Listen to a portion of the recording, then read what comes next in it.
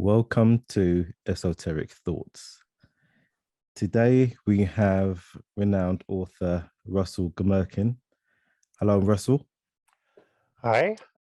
Russell has written a number of books regarding the timing, chronology, and composition of the Hebrew Bible.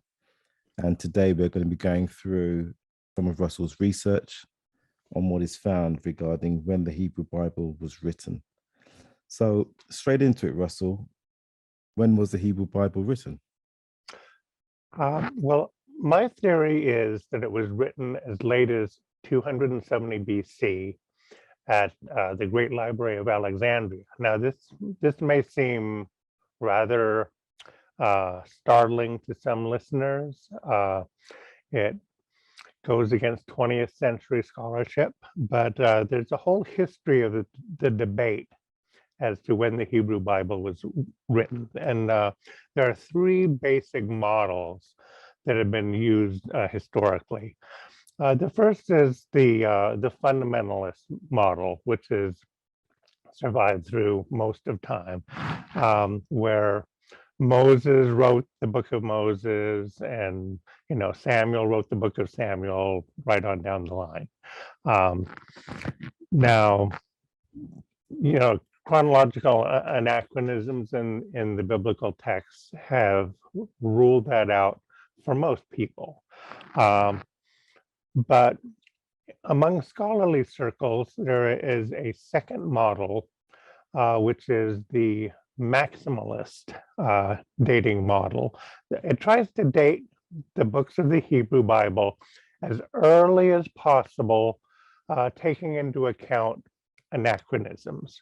For instance, Genesis refers to the time when there were kings in Edom, and so obviously it was written at least in the 800s BC. So under the maximalist model, you're going to date parts of the Pentateuch to the 800s, and Isaiah is close to the time of Isaiah, according to the biblical authors, except for sections where there are anachronisms. And so they date those down as small as possible. It's as close to the fundamentalist view as possible, taking into account archaeology and inscriptions. Then there's the minimalist view, which only arose in the 1990s with a gentleman from Copenhagen University. His name was Niels Peter Lemke, and he wrote an article in 1993, the Old Testament, a Hellenistic document or something like that. So his article was very radical. It said, why are we dating all these books as old as possible when the first evidence for the Hebrew Bible arises in the Hellenistic era? The Septuagint translation of 270 BC, the Dead Sea Scrolls a little bit later.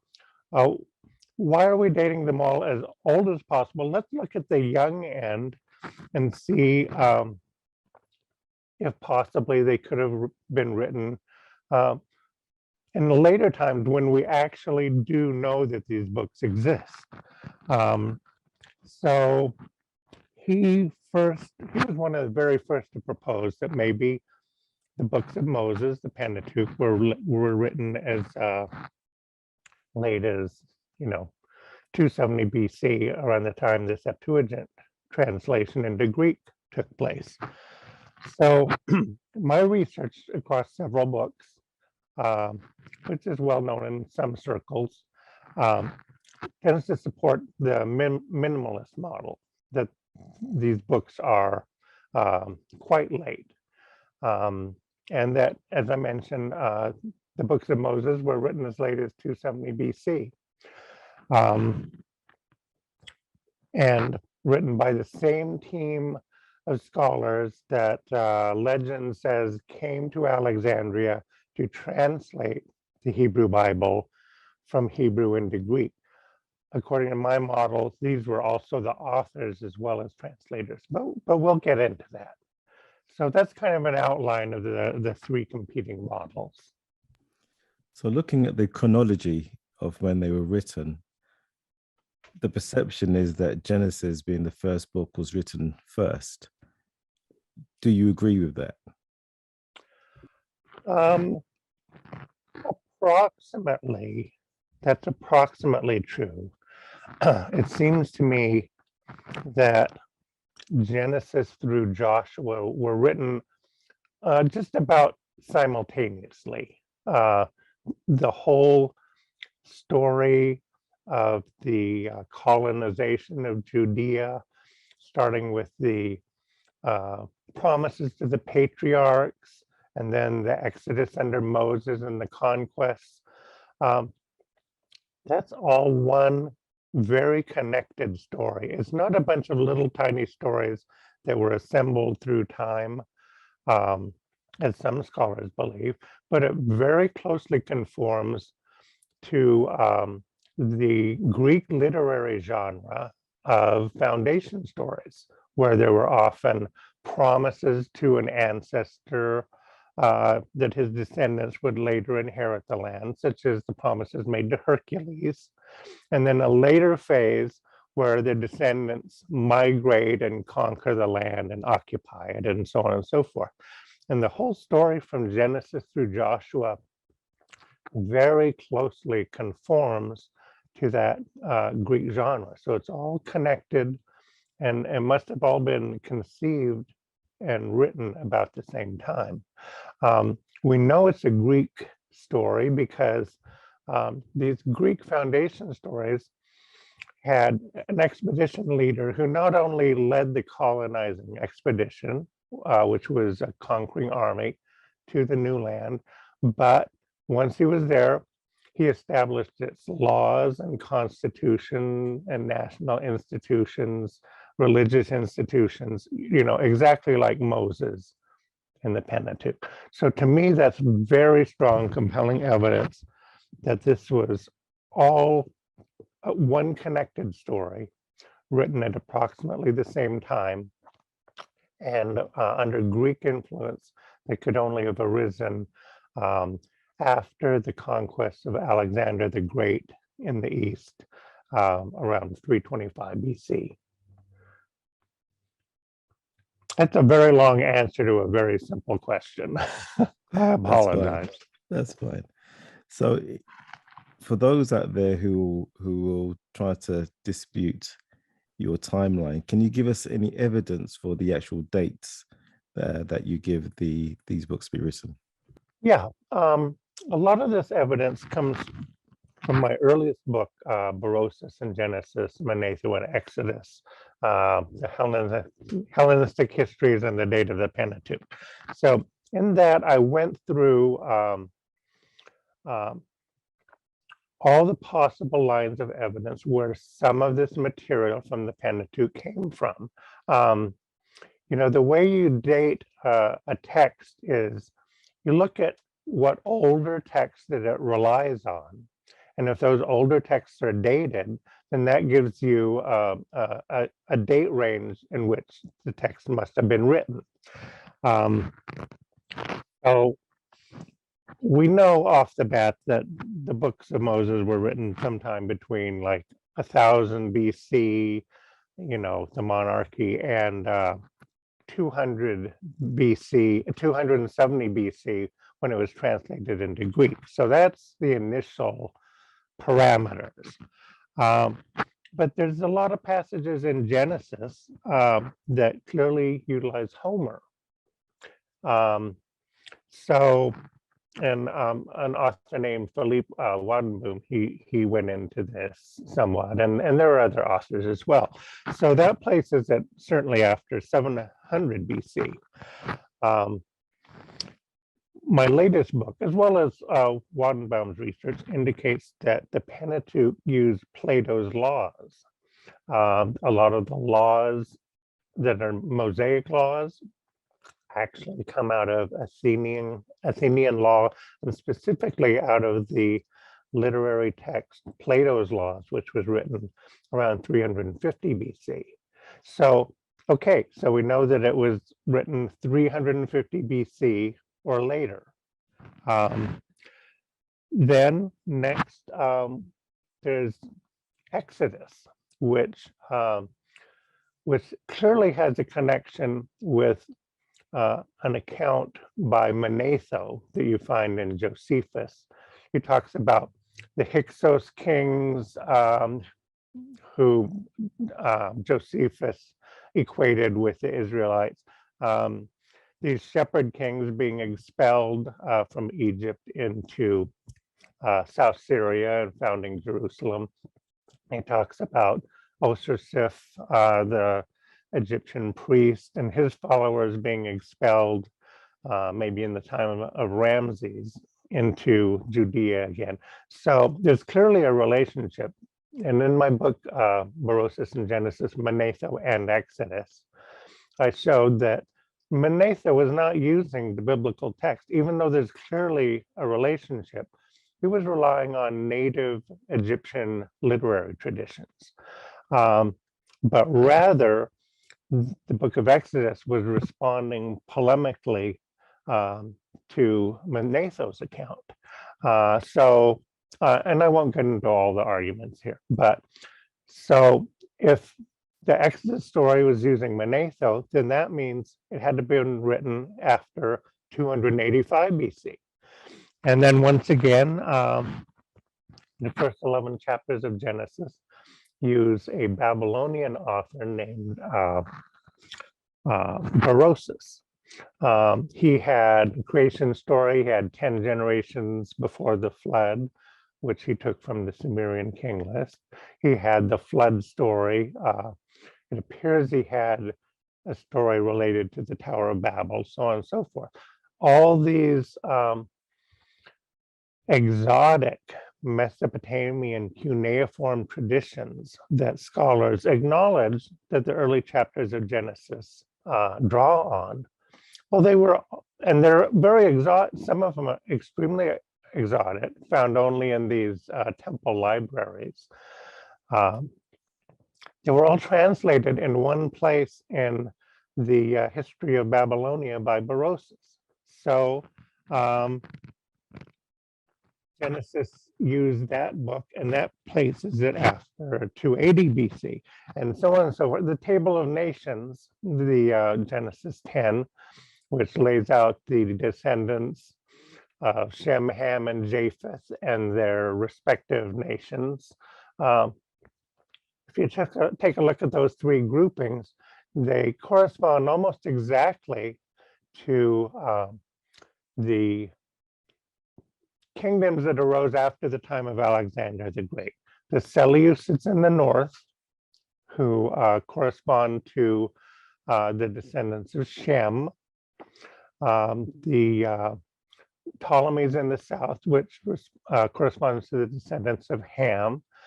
And then the sons of Japheth were kind of outlying countries that were neither Ptolemaic nor Seleucid. So that Table of Nations corresponds very closely to the political geography of around 273 BC. So here you have evidence that the books of Moses were written no earlier than 273 BC, but we know that they were translated into Greek around 272 to 269 BC, virtually the same time. So the biblical authors are using Greek sources like Plato and Manetho and Berosus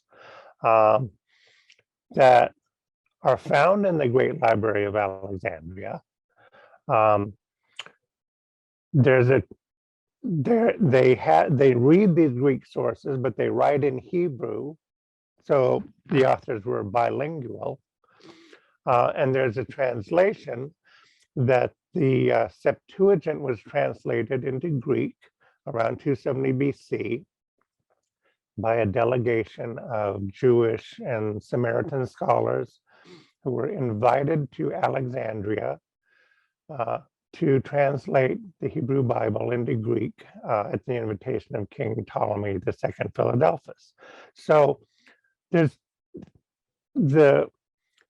we can infer that there's these bilingual Jewish Samaritan scholars reading Greek sources who wrote the Hebrew Bible.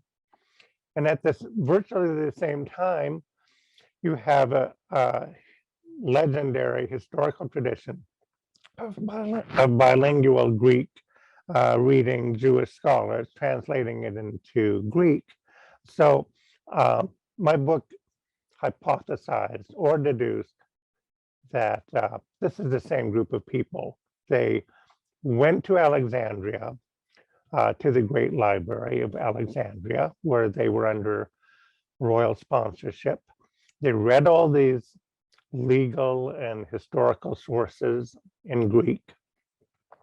They wrote the books of Moses in Hebrew, and then they translated them into Greek on the spot for the Great Library. That was their mission. So that's maybe my my major contribution to biblical studies. So from your research, what have you found to support or not support the documentary hypothesis? Well, so the documentary hypothesis, it's what passed for source criticism back in the 19th century, 18th century, middle of 20th century. Source criticism back then was all internal to the Bible. The authors of this theory looked at the book of Genesis in particular and saw that there were several distinct voices. The J voice, which is storyteller that uses the name Jehovah, and the Elohist who uses Elohim, the priestly source, and then later on you have the Deuteronomist. They each had their distinctive vocabularies, their special themes. If you take that material, that source material out of Genesis, some of them, especially the Yahwist, forms a connected narrative by itself. You know, they think the priestly material was added later and the Elohist and so on and so forth. So the documentary hypothesis suggested that there were 4 distinct sources, which they said, you know, the first was shortly after Solomon. That was the Yahwist, Elohist a little later, and Deuteronomist around 600 and something BC, and the priestly source in the time of Ezra, century by century. But there's never been any evidence that these were written at different times. I think that there is strong evidence that those were distinct voices, but that they were all contemporary, that there were these allegedly 70 scholars who came from Jerusalem to Alexandria to translate the Hebrew Bible. They actually wrote it as well, but you have 70 different authors, really, if you want to look at it that way. But there were different groups of authors, you know, the Yahwist, Elohist, so on and so forth. I'm fine with that, but they're all contemporary. And in fact, they're intertwined. Sometimes J uses E, sometimes E uses J, same with J and P. There's a lot of evidence that they were contemporary groups. And that's my take on the documentary hypothesis. So I often get into conversations with Christians about the biblical timeline in terms of the events. So they often say to me that they believe that the Adam and Eve story is approximately 4000 BC, and 1600 years later, is when Moses compiled the first 5 books of the Bible. Now, given your timeline and your chronology, does that fit? Well, the Greeks would have agreed approximately with the time of Adam. The Greeks said, they claimed that humans were, when they were first created in the age of Chronos, they were naked. They just ate from the ground. It sprang up with fruit. It was like a paradise. The gods lived among them. Everything was cool. But very shortly thereafter was the age of Zeus. Here's these poor, naked, defenseless humans without technology. Prometheus had to provide them with technology right away. In some legends, Prometheus made the first humans. But anyway, the basic thesis was that immediately after humans were created by the gods gave them civilization, because otherwise they couldn't have survived. And the Greeks knew that civilization was only just a few thousand years old. So there's various estimates in Greek sources that the humans arose, 300 BC to maybe 9,000 BC, same general time frame. So the biblical creation story really draws on Greek traditions in that respect. But no, obviously the world is much older than 4000 BC. I had you going there for a while. Yes, you did have me worried there for a minute or two. Sorry about that. No, the world is obvious, in script, the pyramids are older than that. And so it doesn't accord with archaeology or geology or anything. It's it's very convenient and comforting to have one book that contains all the information in the world. You become an expert in that one book, and you can stop. Belief systems are comforting that way, and many of us have been there.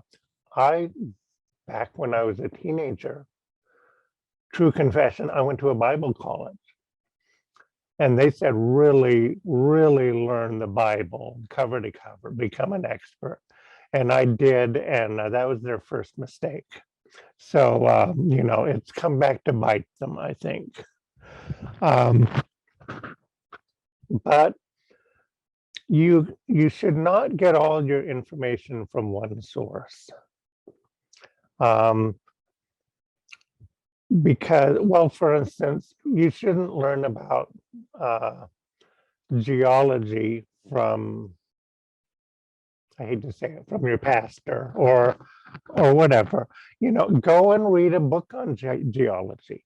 If you want to read about, in our church, we learned about evolution from the church's perspective, and it was the most ridiculous thing you could conceive of.